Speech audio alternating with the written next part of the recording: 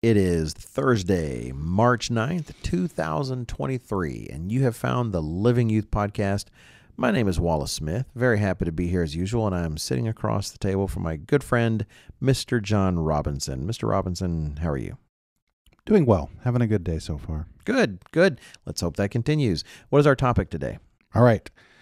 Our topic today, and I like to think that a lot of people have asked this question at one time or another, and that is, why are some things in the Bible left vague? Why don't we have a little more detail to give us a little more guidance? Like, why isn't everything spelled out in every detail that we should do? And that sounds fantastic. Let's get after it. Let's break it down.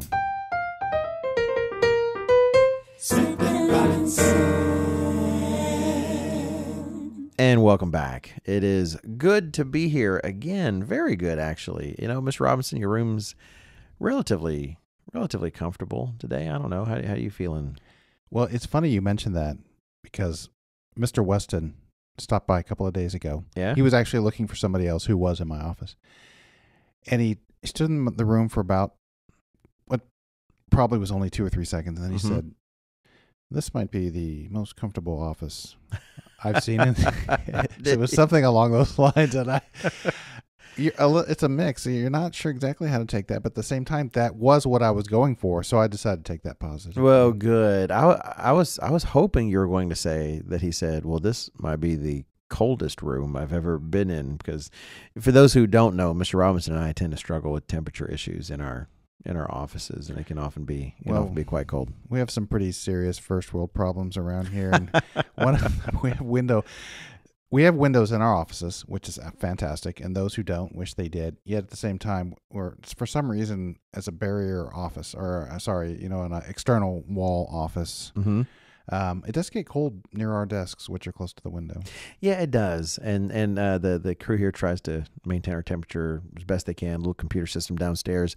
They've actually given me a nice thermometer to look at, so I know exactly what temperature I am. Well, you shouldn't have given up your space heater. Oh, I did give up I can't remember if he came by and got it or not, so I might still have one. But anyway, you don't really care about the temperature of our offices. What you care about is today's topic, which I'm very grateful for. Actually, Mr. Robinson and I were wondering about what to talk about this particular week, and this is actually one, believe it or not, I don't think we're going to spend all day on this one.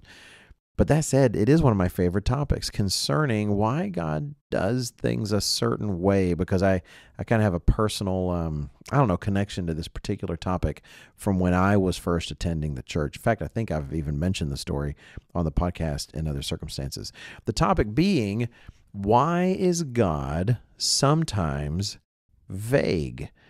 As in, sometimes the Bible lays out very persnickety details. Yes. Sometimes it's very particular about something, and then sometimes it doesn't give you a lot of details. Sometimes it tells you to do something or gives a command, but the details aren't all there. And if you're a young person beginning to really wanting to take the Bible seriously, I'm not trying to say you didn't take it seriously when you were younger, but you're trying to take it seriously at increasingly high levels, right? I remember my wife wrote something just amazing.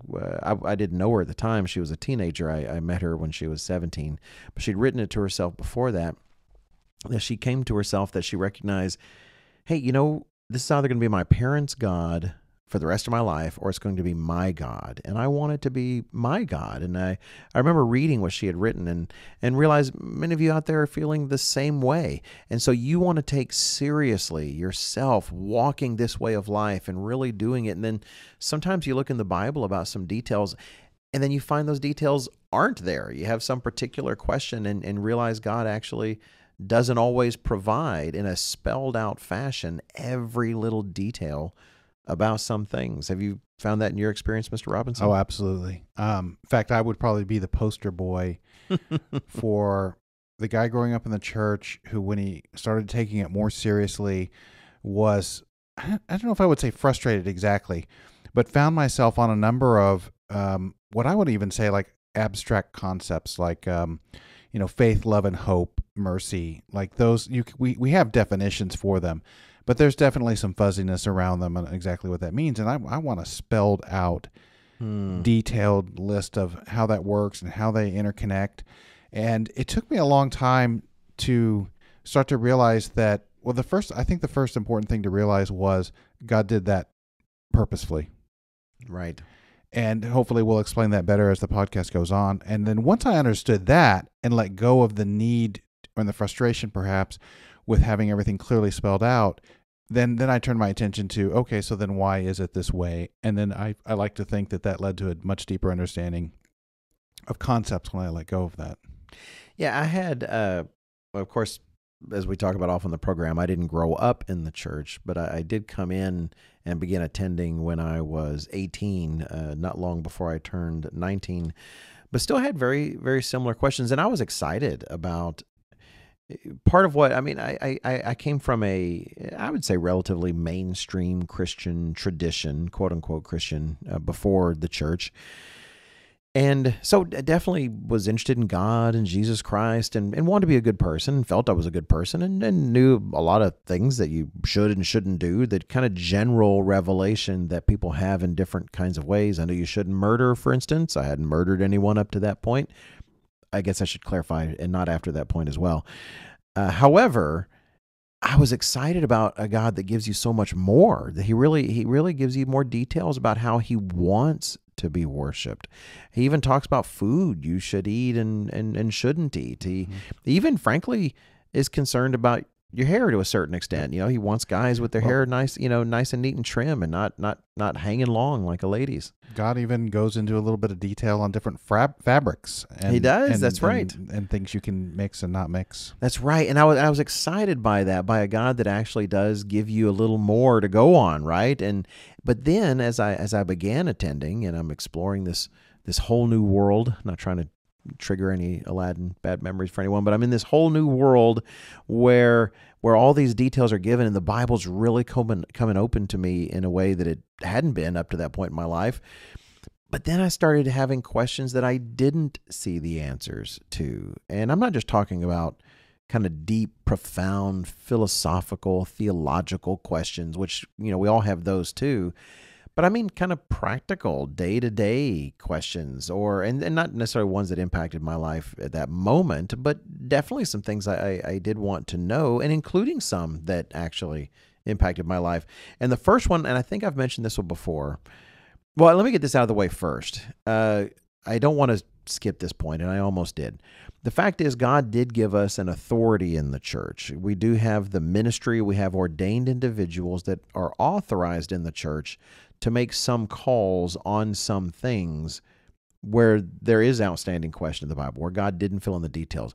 There's a reason we do church services the way we do, because God has ordained ministers in the church who give us a structure to the church service, which is based on the Bible, but not detailed by the Bible. Like someone might say, why do you tend to sing 3 hymns before the opening prayer? What verse is that? Well, there's no verse that says it has to be 3 hymns, but the church has a tradition, has a history, and we modify those things where we need to. But there is an authority in the church. How do you keep the Sabbath on a round globe, where there has to be an international date line somewhere? Do we use the world's international date line? Do we draw our own through Jerusalem? Do we draw one through Charlotte, which would be kind of interesting? Well, God has put authority in the church. So God himself recognizes that there have to be judges. There have to be those who will judge according to the law in those cases that we don't understand or where there's a conflict of understanding. But I'm not even talking about those larger things. The first time it really hit me that maybe the Bible doesn't have all the answers, because that's part of what impressed me, was how many answers the Bible had I didn't know, was when I was wondering about whether it was a sin or not a sin, right or wrong, for a woman to color her hair. Now, I say a woman to color her hair. Some men out there color their hair as well, but the question I had specifically was about ladies. And I don't know that I had my mother in mind. My mother boy, she colored her hair for most of my whole early childhood. But I don't know if that's what inspired me or not. But I wonder, well, is it deceptive? Is it breaking God's law about lying to color your hair? But I clearly didn't see a verse that made it plain whether it's a lying or not lying. So I asked someone wise in my life. That's what we encourage you young folks to do. Ask those who are older. Go to your parents. In my case, my parents weren't in the church. It didn't make sense to ask them about what the Bible said. But I didn't want to bother the minister with it either at this point. And so I asked the woman who would one day become my mother-in-law. I didn't know that at the time when I asked her. But I asked her, hey, why doesn't the Bible really kind of spell out, whether or not it's a sin or whether it's right or wrong? And she gave me an answer that we're going to come to a little bit later. I'd kind of like to save her answer for the latter part of the program today, where we kind of talk about how it's a feature and not really just a bug that God doesn't spell everything out. But let me first turn the question to y'all. Do you really want God to spell out every single detail of life? On one hand, you might say yes, because it would make life easier. Then we know everything. We just know what to do and what not to do in every single circumstance. But is that even practical? How big do you think the book would have to be if God literally spelled out every single detail about every single decision we could ever face? Yet at the same time, it still includes every component and every concept we need when we strive to understand what God is trying to achieve and what he's after and what attitude he's looking for, that we can eventually start to fill in those questions in our own lives personally. And everything we need to start discerning what the most appropriate way to be is contained within the Bible. Right. And when we're saying that the details aren't there in some cases, it's important to recognize we really are talking about the details. God never leaves us without principles to consider.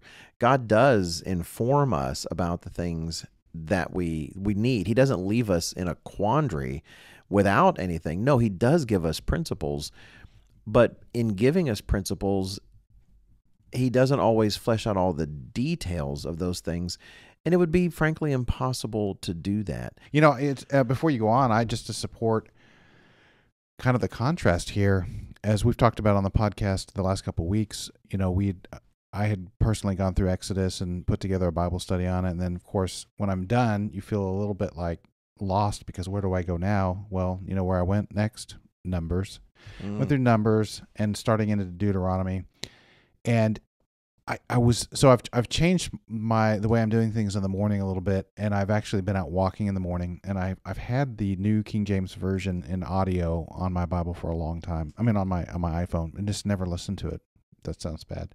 Well, I know you're I consume the Bible. Yeah, he does consume the Bible in other ways. And so I've been listening to it while I walk, which is really a pretty interesting way, because it's uninterrupted. You just hear the story flow. It's too inconvenient to back it up, so you're just listening to the whole thing. And I was really struck by how detailed the Bible is at times. Exceedingly detailed.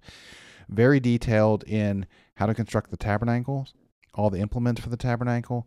It specifies sizes, colors, how many, goes into great detail. In fact, you and I, even though we have no experience, we could, in time, eventually construct a tabernacle on our own with the instructions that are given in Exodus. Wow. They're that detailed. But there are areas where you would think God would be extremely detailed about the boundaries on a certain topic that are kind of just, hey, don't kill people, don't even be angry at them, and that's it, And you can quickly extrapolate what that means out of it, but it's not as detailed as we would like, especially in the idea of anger. Although there are steps to anger, so I'll just undermine my own argument. Well, no, that is an excellent point. We're not saying the Bible isn't detailed, and that's part of what's fascinating about the idea is there are things where it's so minutely detailed, but then these vast areas where it's not so much. We can mention a few. We talked about some before before we start recording, not just about coloring your hair or tying your shoes and think, well, there's no moral weight to that, but details, for instance, about keeping the Sabbath. Right? There's questions sometimes, is something Sabbath appropriate or not Sabbath appropriate? We're given principles, but sometimes you want something minutely specify. I just want to know if this is okay or not. I just want to know this one thing. And sometimes there could be a question when it comes to modesty. Without going into a lot of details, there are sometimes question, is something modest or not? It seems like life would be easier if we just had a list of every single piece of clothing or or we had an app on our phone that we could scan an outfit and it would just kind of blink, oh, modest or not modest. Not because we just want to have an easy life, but we know God cares about modesty. That's the thing. And that's really what brings it into conflict. But it's not just that we want to know details about modesty. But the fact is, God cares about modesty. God wants men and women to dress modestly. So that's why we sometimes want more details, is that we know God cares about something, and yet the details aren't there. And we can't just say the details aren't there because we're just free to do whatever we want, because he makes it plain. I want you to be modest. I don't want you to be immodest. And so that's kind of the question, is why doesn't he then add these tiny little details? Well, tell me what you think about this one, Mr. Smith. I was thinking as we were doing our prep for this show, can we call it a show? For this podcast. We can call it a show, it'd be fine. The epistles of Paul. Okay. So in mainstream Christianity, they've determined a long time ago that the law's been done away with, and Paul really played a part in it. And then like the concept that we would actually keep the Sabbath, especially the seventh-day Sabbath, is foreign to mainstream Christianity. And so when you read through all of the New Testament and Paul's epistles, you think, well, couldn't we have inserted one scripture by Paul that made it crystal clear, even though there are scriptures I think you can go to really make that case. But why didn't we have 2 or 3 verses? He's got he's got long sentences, but we chop them up in the English into smaller verses.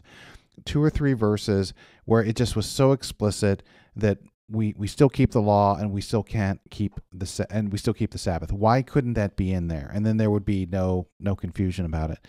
Well, I would say that kind of that's kind of an interesting backdrop to our discussion today, which is, frankly, God learns a lot more about humanity by having it seemingly vague in the New Testament.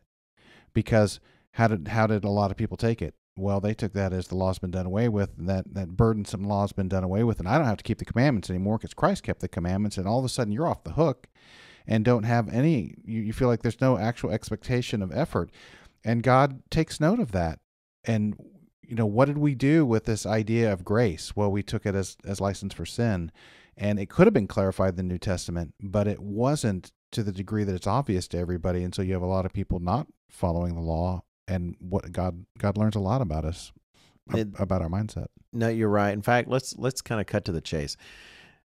In terms of why some things are vague in the Bible, part of what Mr. Robinson and I want our listeners to understand through this podcast is that occasional vagueness, and it's not vague in everything. I mean, as Mr. Robinson's highlighted really well, but that occasional vagueness where details are not spelled out completely, that is not a bug of how God does things. That is a feature of how God does things. And he does that for a purpose. The one Mr. Robinson just highlighted there. If God gives you a principle, but doesn't spell out in detail how to act on that principle in every minute question you might have, well, he has an opportunity to see how you respond to that.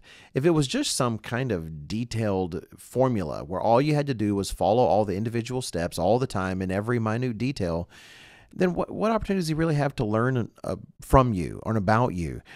The question I mentioned that I asked my future mother-in-law earlier, that was the response she sort of gave me, was that God is working with us. If God gave us this kind of a list of all these details, we'd never, well, this kind of gets to the second point, but we'd never have to learn any kind of judgment. He'd never see what we do trying to struggle to understand something. And let me ask you, if you had all these details, would you be able to demonstrate to God that, well, God, when I don't understand, I'm going to come to you and I'm going to ask you for guidance. I'm going to ask you for assistance. I'm going to ask you for help.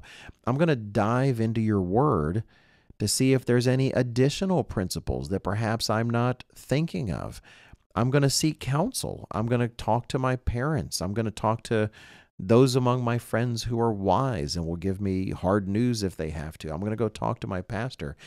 When we need more, when we don't understand everything, those are great opportunities for God to learn about us in terms of how do we handle freedom? How do we handle the lack of very specific restrictions?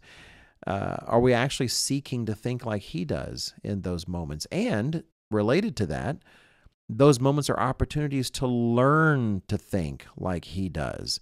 If all you're doing is following a recipe book of what to do and what not to do in detail, there's really very little opportunity to learn to stretch, to learn to try. It's like, to struggle, if you will, with what God thinks about something. You know, how many families out there, we know that there's not just young people listening, but also parents as well.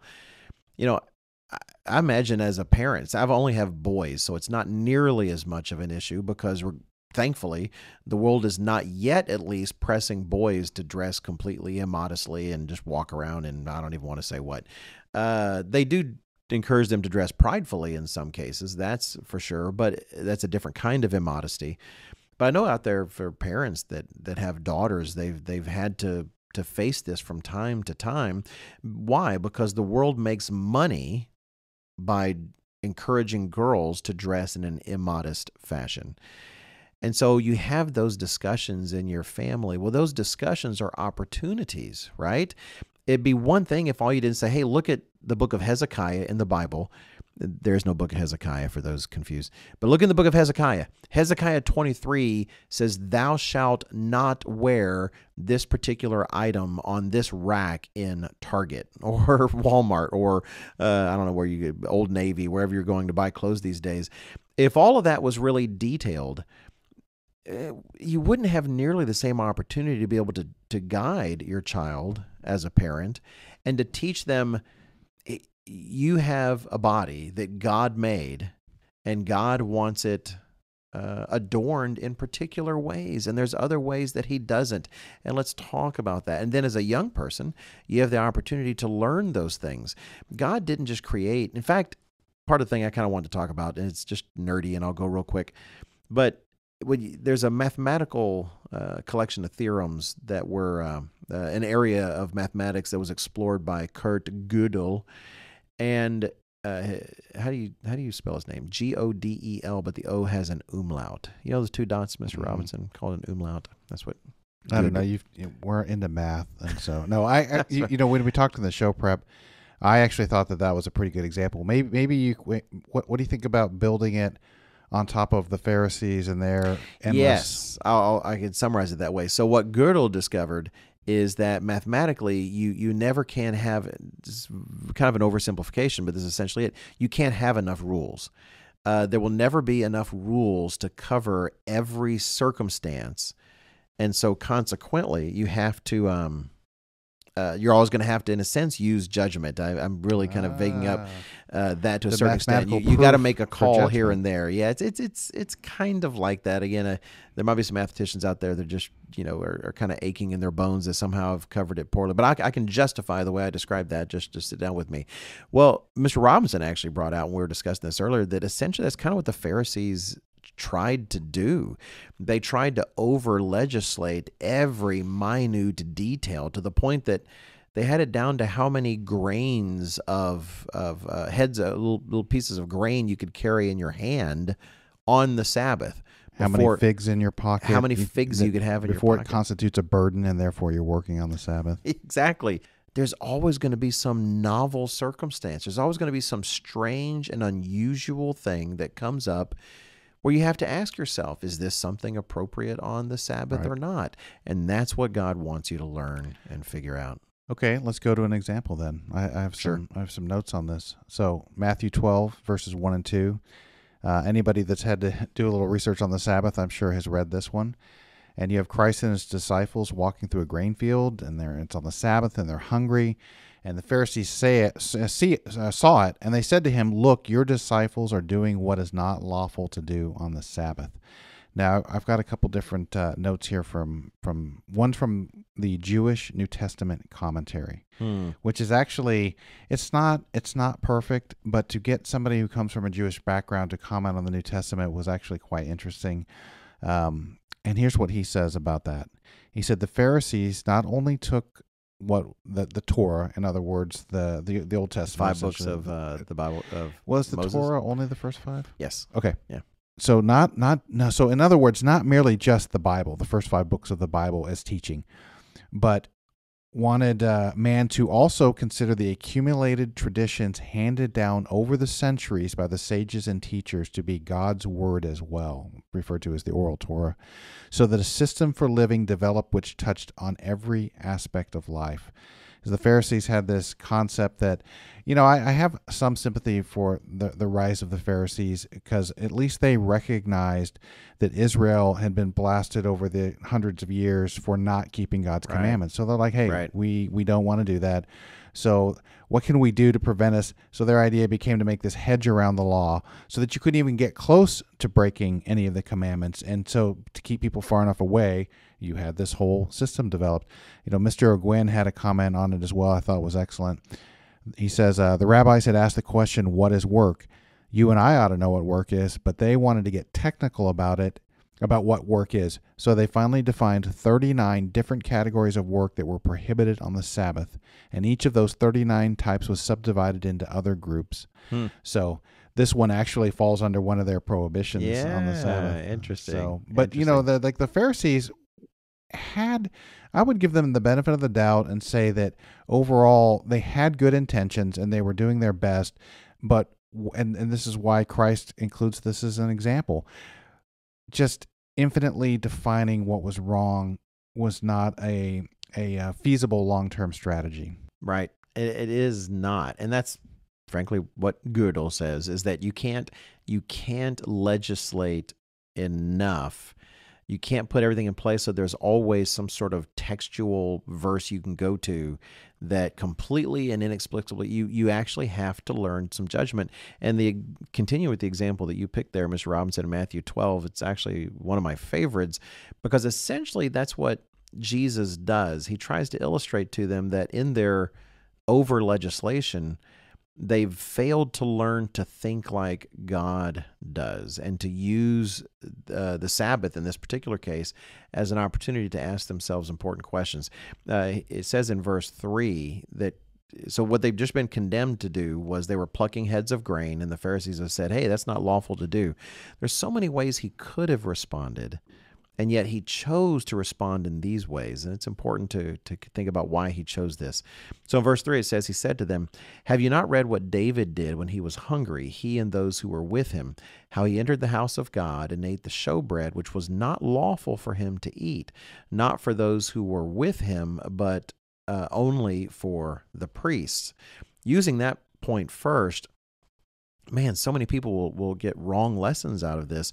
In fact, back in the old fellowship that us long-timers remember, the old Worldwide Church of God, it was statements like this that'd be used to say, see, Jesus was saying that you just ignore the law, right? Because people were hungry and they needed food. And well, that's not it at all. Jesus was saying this to people that were familiar with 1 Samuel 21, and they know the story. And if you go back, and I'll go back there myself just real quickly and read the tale of what he's referring to in 1 Samuel and 21. That is where indeed David was hungry, and he had come to the priest and talks to Ahimelech, the priest. And he says in verse 3 of 1 Samuel 21, he says, now therefore, what have you on hand? Give me 5 loaves of bread in my hand, or whatever can be found.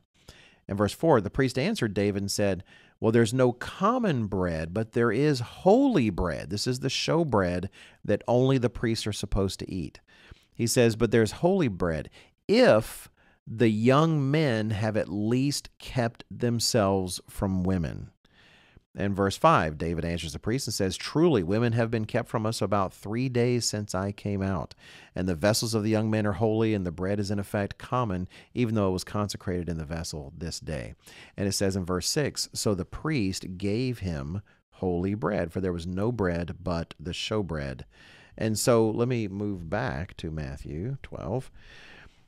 So Jesus Christ is talking to them, and they have the context of the story. If it was just a matter that, man, just don't even worry about the law. Just you got to help people. You just got, these guys are hungry. Give them bread. The priest did not do that. The priest considered, okay, yes, I do want to take care of hungry people, but at the same time, this is the showbread. And so the priest actually asked a qualifying question. Were the men essentially sanctified? Had they been with women in the last 3 days, which would have had ritual circumstances? And David answers, no, they weren't. They haven't been. They should be appropriate vessels for the bread. What the priest did was actually consider whether or not it would have been appropriate. He looked at the law and understood the purpose, which was the bread was not to be treated in any kind of light manner. And so he did that. So he actually took the time to try to think, how should he judge in this circumstance? The next example in Matthew 12 is it's a little stranger for some, but actually I think I kind of like it. Verse 5, Jesus says, or have you not read in the law that on the Sabbath the priests in the temple profane the Sabbath and are blameless? Yet I say to you that in this place there's one greater than the temple, which is Christ himself, and the apostles were able to spend time with him. He's able to learn and teach by just plucking these heads of grain. But in verse 5, does it really say in the law that on the Sabbath the priests in the temple profane the Sabbath? Well, if Jesus said it, it has to be true. But what does he mean by that? Because, of course, the priests were not profane, and that's why he does say that they are blameless, he says in verse 5. Well, because if you actually look at the law, as in the 10 commandments, the very heart of the law, what does the fourth commandment say on the Sabbath? It says you are to rest. You are not to work. And yet at the same time, man, on the Sabbath, nobody's working harder than the priests. They're wrangling animals. They're getting them up there. They got to cut their throat. They got to do the different sacrifices. And that essentially was a work day for the priests.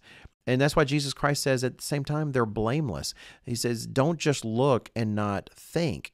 Try to understand, what does God want of the Sabbath? What is God trying to achieve on the Sabbath? And learn to think like he does.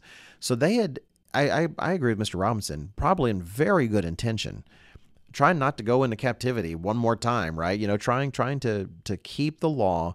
They'd built such this complicated, detailed hedge, but as they did so, they didn't take the time to actually think, what is God trying to achieve with the Sabbath?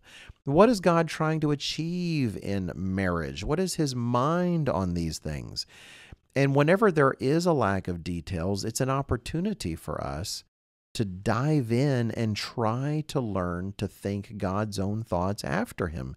Like when it comes to modesty, you're out there shopping, and rather than think, well, is this officially too short or too long? Is this, if I kneel, does it touch the ground, or is it instead of all these kinds of things, why not actually take the time to think, what does God actually want when it comes to clothes? What is God looking for in the clothes I wear, in terms of whether it's revealing or not revealing? What is it that God wants? And counsel with those who have made those kind of wise decisions in the past and learn from them. In opportunities like this, it really is just that. It's an opportunity. The vagueness, if you will, the lack of super detailed, spelled out particulars is not a bug of the system. It's a feature. It's an opportunity to learn how to discern. Well, that leads us into another scripture. I think that this might be a good time to bring out.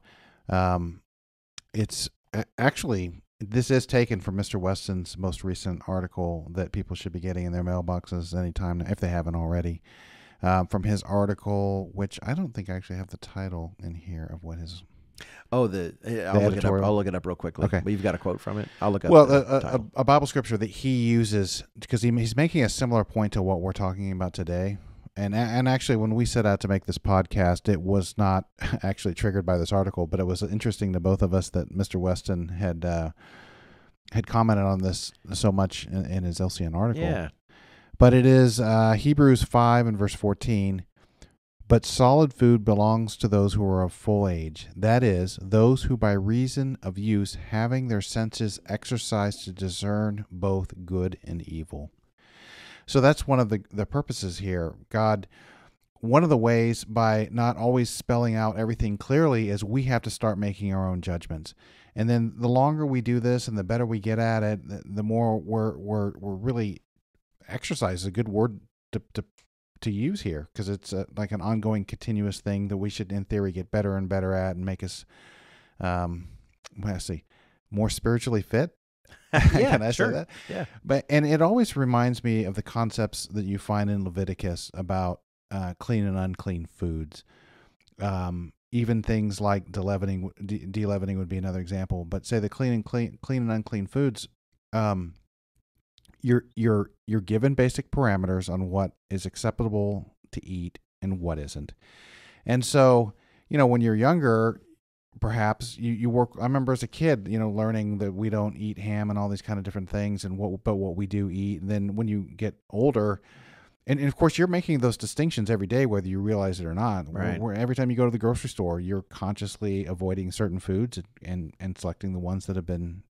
And so, it's a good physical thing that we go through and act out that has a larger spiritual principle as we learn how to make decisions like that. But I think about that too with deleavening. I remember when I was a kid, at first I was mystified by this list of ingredients that we had. And so for a long time, when I was really paranoid about it, I would carefully read every single ingredients list on everything because I did not want to make that mistake. Wow. But then after a while, you start to realize that you kind of have learned what is going to have leavening in it and isn't. And then only if you run into a new food that you're not familiar with do you double check it. But after a while, you hardly ever read the ingredients because you generally have learned what is leavened and what isn't. Before we wrap up here in a little bit, I'd like to revisit deleavening and what's coming up, because I think the holy days offer a special opportunity to practice this very thing. And I found another article from Mr. Weston that I think is helpful. But the title of the one you're talking about, Mr. Robinson, that is either in people's inbox right now, or maybe you have it in your home. If not, it's on the way, is challenge yourself to think like God. Challenge yourself to think like God. He has a little bit of a different emphasis than what we're talking about today, but there was definitely some overlap. Yeah, I think so. And I think that what we are talking about today are those times whenever there's not a what's the word? When there's not a when there's not details that are there, are actually opportunities to practice that, to actually kind of to actively practice, okay, I don't have these details, but let me try to think like God. Let me actually try to think what God would want to do or not do in this detailed circumstance that isn't spelled out in the Bible. It actually does make me think of, because Mr. Weston kind of addresses different approaches in this older 2018 article I'd actually like to take the time to read from, because it's March 9th, which we said, I guess, the very beginning of this podcast, and the holy days are on their way. Passover, the days of unleavened bread. Ms. Robinson and I were actually just thinking about it before we recorded, and we've only got a handful of even podcasts we'd be able to do before, next thing you know, the days of unleavened bread are on us and Passover is on us, and we're in the thick of the spring holy days. And so I kind of have that in mind. In fact, we've already done our Living Church News articles for the spring holy days. We had to get that out early. And it brought to mind this article that Mr. Weston wrote in 2018. The title of it is "How Will You Approach Deleavening?" And he talks about it for those who aren't old enough, and it doesn't take long before you experience just kind of different approaches you'll run into with people in the church. I know I've talked with some where, the time before unleavened bread was spring cleaning all the time. I mean, top to bottom of the house, getting a toothbrush out and going over the grout. And it's not necessarily terrible that those things coincide, but there was also a concern that some of that focus could even take away from the spiritual needs of that particular time. And it brings that, and I know my own personal journey in this regard, and this article is helpful to reinforce what I like to think I've learned. Because when I first started, just doing any deleavening at all was amazing, and I felt very satisfied. In fact, I only had a dorm room, so one wet paper towel was almost all I really needed, to do a good bit of deleavening and make sure I didn't bring any bread in. My roommate did, but of course that was his. But then, you get older, and again, some of you out there, you start thinking, well, I really want to do it right. I mean, you start taking some extra time to examine. Maybe you're getting a little more serious about it. And I went through that phase. And when I did, I remember my wife, I like to think I was earlier about getting serious. I've been baptized for a while. But, you have certain times when you level up, Mr. Robinson. And shortly after I got married, I feel like I tried to level up. Marriage tells you need to level up. Yep, I felt the same. Good. You felt I needed to level up? That's a little personal. So, no, when I got married, I remember thinking, okay, we're not a kid anymore. Yes, that's right. And really trying to be really aware of. My dad had imparted this to me as well, but that as you got older, there was an increasingly higher expectation in our taking things seriously and being responsible. And so I thought, oh, God's watching me. I'm married now. I need to be, I don't know. Oh, good. Well, that's definitely what I was going through. And one place it showed up was in de-leavening. My wife, I think a lot of our wives tend to bear a lot of burden of de-leavening. And so trying to distribute it, trying to do my share, trying to do more. And I remember in particular, the toaster, dealing with the toaster. And sometimes it's a stereotypical thing to deal with in terms of these discussions. But frankly, for me, this was very real. I had the toaster in my hand and I'm trying to think, okay, I've got to attack this leaven and crumbs and the things that really dust even, eventually, these spores. From yeast and such, but I need to treat this like sin. So no quarter, no mercy, and so I go outside with the toaster, and it doesn't take long before I realize I would actually have to disassemble this toaster completely. I'd have to take it apart, bleach bath or something, every single part of it, get the swab of alcohol out. I would actually essentially need to throw it out and get another toaster. But if I'm truly going to clean it, I've really got to do all those things. And even then, there'd be no guarantee. And I recognize even in my house, how do I know that I didn't have, like, say, a minute crumb or something on my finger when I flicked on the light switch as I was going from the kitchen to some other room, and that crumb didn't happen to hop from my finger through the crack in the light switch into the electrical box. And now the electrical box has this tiny little crumb in it. And when you really start to think about it, if you truly are going to guarantee like you want to attack leaven like it's sin, eventually you just got to burn your house down. There's no way to absolutely guarantee that you're getting all that out. So that's on one end of the scale. But on the other end of the scale is the person that doesn't even try. It's like, it's just a picture. What difference does it make? I'm not going to sin. That's fine. Next thing you know, you're not even bothering to throw the bread out. You're not doing anything. So, well, Mr. Weston deals with that, because the whole point being, God doesn't give us details. God doesn't actually give us you need to make sure that the parts per million of yeast and leaven in your home is blank. You need to make sure that there's no particle or crumb that is more than 0.3 millimeters, in diameter. He doesn't give us those details. He doesn't tell us how far the cleaning has to be. He doesn't tell us to what detail in many ways. Well, Mr. Weston actually addressed this, and I think it's a good example of what we're talking about today, that God doesn't necessarily spell out the details, but don't think of that as some sort of bug. Think of it as a feature to try to get into God's mindset, because what did he mean for this? So Mr. Weston literally titles this small part of this article, "Does Our Approach Reflect God's Mind?" And he starts off, we read this right before the start of the program here, and we both thought it was funny. Let's see if you think it's funny. Mr. Weston writes, "Balance is difficult for human beings." That's us. As one minister once pointed out, the only time we're in the middle of the road is when we're on our way to the ditch on the other side.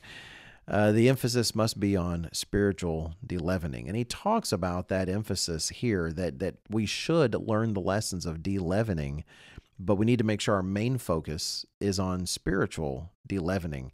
Kind of jumping down, he says that, consider the similarities between sin and leaven as you put it out of your home. Tackle the areas of the home where it is most likely to be found, such as the kitchen and the dining rooms. His whole point there being, if you know where there's sin most likely in your life, why don't you jump on that, right? I mean, get after that. He says, continuing, you'll never get every crumb out, nor should you be so focused on the physical that you have no time for the spiritual. Teach Johnny and Mary, these are hypothetical children, teach Johnny and Mary to clean their own rooms. Dad, do your part. Don't leave it to your wife to do it all.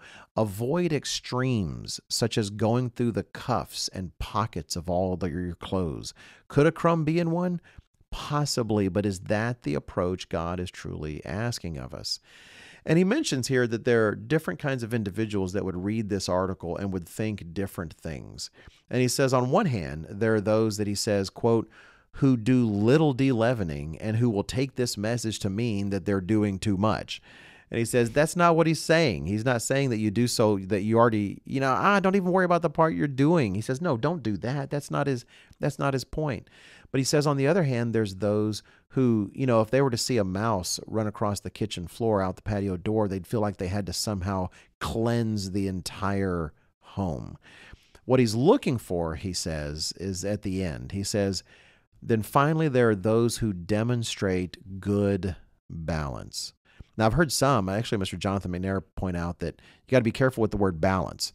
Balance can't mean like a balance between good and evil. That's no balance at all. And Mr. Weston qualifies. He says, who demonstrate good balance.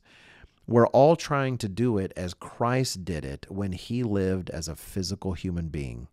He said, I think we all know that he put the leaven out, but he did not follow the oppressive traditions of the Pharisees and scribes. He says this last category of person is composed of those who read with a humble spirit, that is, read his article, seeking the mind of Christ. They follow God's command to put physical leaven out of their homes. Some will no doubt do a better job than others with this physical task. Older adults and younger children may not be able to do as well as those in the middle, but God looks on the heart, and they learn from this task. They also carefully seek out the spiritual leaven in their lives, and when they discover it, they determine to change. They go on to perfection. They grow in grace and knowledge. And he prays that we all fall into this category.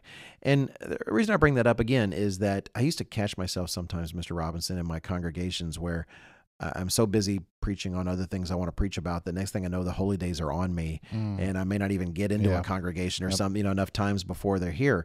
And so we have actually an opportunity, all of us, with the days of unleavened bread on us, as we examine ourselves, and as frankly we physically decide to de-leaven our homes, to ask ourselves, okay, we're presented with opportunities where God hasn't laid out every single detail.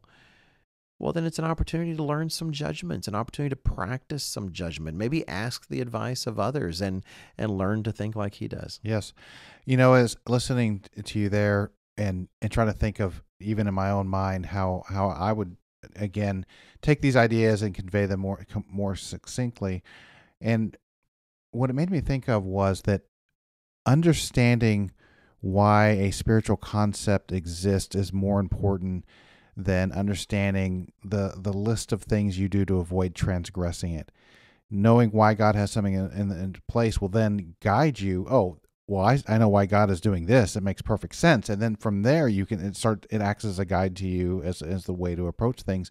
One of the things I struggled with when I was younger, but think is so interesting now, is in Exodus 20. So the children of Israel arrive at Mount Sinai, and God, through the fire and the smoke, gives, through his own, well, I don't want to distract at that point, but gives the Ten Commandments. And then what puzzled me when I was younger was, then all of a sudden the next 3 chapters start talking about all these examples of the law. And so only later did it make sense to me when somebody told me, in fact, the U.S. law system is, and probably more than that, I suspect the British common law is similar. It's what they call case law. Here's a case where that really happened. This happened, and this happened, and this happened. Although the examples there in Exodus didn't literally happen, but they're plausible examples of something that could happen. Well, what if you accidentally kill somebody? Oh, what if you purposely kill somebody? Well, what if you just harm somebody without the intent to kill them? And so it uses an example of that and gives you a way to make the judgment. It doesn't spell out every possible way you could violate these things. It gives you an example that you can extrapolate a judgment from. So I think the example of case law helps us with this as well, in terms of it doesn't spell out everything, but it spells out enough that you can figure out how to make a judgment on it. Right. And that's a great example, because those cases, what they do is help to illustrate the principle in action, so that you can learn from those, and so that when you even come upon an unusual circumstance, it kind of helps you to think through it. Maybe it's not exactly like these other cases in the past, but it's similar enough that you have a sense of how to apply it. It reminds me of two related things. One is the book of Acts. Part of what's great about the book of Acts is you get to see Jesus' teachings, and you get to see a people that understood both the Old Testament and Jesus' teachings, and you see them in action. So you look at Paul's letters. Well, you got Paul's letters, that's great, but also look at his life. Some people will use statements in Paul's letters to say that the holy days are done away with, or the Sabbath is done away with. But then you look at the book of Acts, and what do you see? You see Paul keeping the holy days. You see Paul actually keeping the Sabbath. And so actually seeing people acting on the principles helps to illustrate the principle. But then the second thing it reminds me of is Dr. Meredith would bring this point out from time to time, Dr. Roderick Meredith, that so many people will take Mr. Armstrong's words and say, "Oh, I'm really sticking with what Mr. Armstrong said," and they feel that they're kind of say a little more righteous than everybody else because of how they're acting in one way, according to what Mr. Armstrong said. But Dr. Meredith would come back to point to his life. He'd say, look, it would frustrate him that some people who never actually interacted with Mr. Armstrong to the depth that he did would say, "Oh, but he said this and he said that." And Dr. Meredith would be able to reply, "Yeah, but I actually lived with him. I had breakfast with his children, and we're in his home. And here's how his life illustrated what he meant. Here's how his actions and choices illustrate what he intended when he said that." You take those words and you're kind of over legislating based on information you don't have. But he said, I've got this, if you will, case study, these series of examples that help me to know that much more what he intended by such things. And then that informed Dr. Meredith's own judgments that he would make. Right. So no, I appreciate that. It sounds like we're ready to wrap this up. So I have one thing that I would like to, it's a short section from Mr. Weston's most recent article. Great. And again, to get back around to, so what were we trying to answer today? Well, why is sometimes important concepts in the Bible a little bit vague? Like why isn't there more do's and don'ts? Okay, and we talked about how the Pharisees tried that and it didn't work out. So here's what Mr. Weston says. I think this is right at the end of his article, because what he's talking about is a group of people that didn't really understand why these spiritual concepts were in place. All they wanted was the do's and don'ts. So it says, some of you remember how members of the Worldwide Church of God reacted when the leadership told them it's okay now to eat pork and shellfish. More than a few went out to dinner that very evening and ordered pork chops or a shrimp cocktail as soon as they knew they could get away with it. They weren't acting on principle. They were responding to a new do replacing an old don't. So in the list of do's and don'ts, one flip from a do or from a don't to a do. And that's all you needed to hear. And let's go out and eat an unclean food just that evening, which would totally miss the larger principles as recorded specifically in the first 5 books of the Bible, but in Leviticus and other areas. Why? So for example, I think this is a good thing to emphasize. So in Leviticus 11, verses 41 through 45, God tells us not to eat creeping things on the earth. Don't eat insects. And so we think, well, that's obvious. But man, you go to certain other parts of the world, that is not at all obvious. And that seems like a good source of protein. But God transitions in it to the larger spiritual implication. He makes it clear that the creeping things should not be eating. In verse 43, he says, you shall not make yourself abominable with any creeping thing that creeps. So in this case, eating these creeping things put you in that category, because in verse 44, for I am the Lord your God. You shall therefore consecrate yourselves. Set yourself apart as holy, or be set apart as holy, and you shall be holy, for I am holy. Neither shall you defile yourselves with any creeping thing that creeps on the earth. For I am the Lord who brings you up out of the land of Egypt to be your God. You shall therefore be holy, for I am holy. And that's part of the principles of making a discernment between clean and unclean things. Is this larger principle? We need to, in our daily lives, every day, making distinction between what is appropriate behavior and what is not, and how we treat our wives, our children. If you're younger, your mother, your mom and dad, your friends, other people in the church. All of our relationships are governed by spiritual principles that the better you understand them, the more you think, okay, I understand why this is in place. And you don't need a list of do's and don'ts, a detailed list of do's and don'ts. Thank you, Mr. Robinson. I think that's a great principle and example to wrap up on. So what was our topic today? Our question was, why is it that the Bible seems to leave some things vague and doesn't spell out every detail about what we should do or not do? As Mr. Robinson put, a super detailed list of do's and don'ts. And when you look at it more broadly, you recognize God is trying to create a people who thinks like he does, who are focused on the principles that he is giving us. And those lack of detailed do's and don'ts, we see time and time again in the Bible, and the example Mr. Weston gave as well in terms of the modern day, that when it comes to a list of do's and don'ts, it tends to breed kind of a spiritually lazy people, I would say, to a certain extent, who haven't dived in where they're supposed to. And yet at the same time, then for us, it's not that in those cases, it's not that God doesn't care. It's not that God is just saying, it's because I just don't care. You kind of do whatever you want. In every circumstance, at all times, he wants us to learn to think like he does, to practice acting on principles and learning to discern. And so don't think of those opportunities, even if they're kind of frustrating. It's like, boy, I just wish God would spell it out in exact detail. Maybe there's a reason that he didn't. And maybe it's because he wants you on your knees, talking with him, asking him to share his mind with you, so that we can all learn to grow to think like he does. Because in the kingdom, eventually, he wants an entire family that thinks just like he does, and taking care of all things throughout the universe the way he would if he had been there personally. So don't think of it as just frustrating moments you wish you had more details. Thank God for the opportunity to learn to practice and to learn to grow and to learn to truly think with his mind.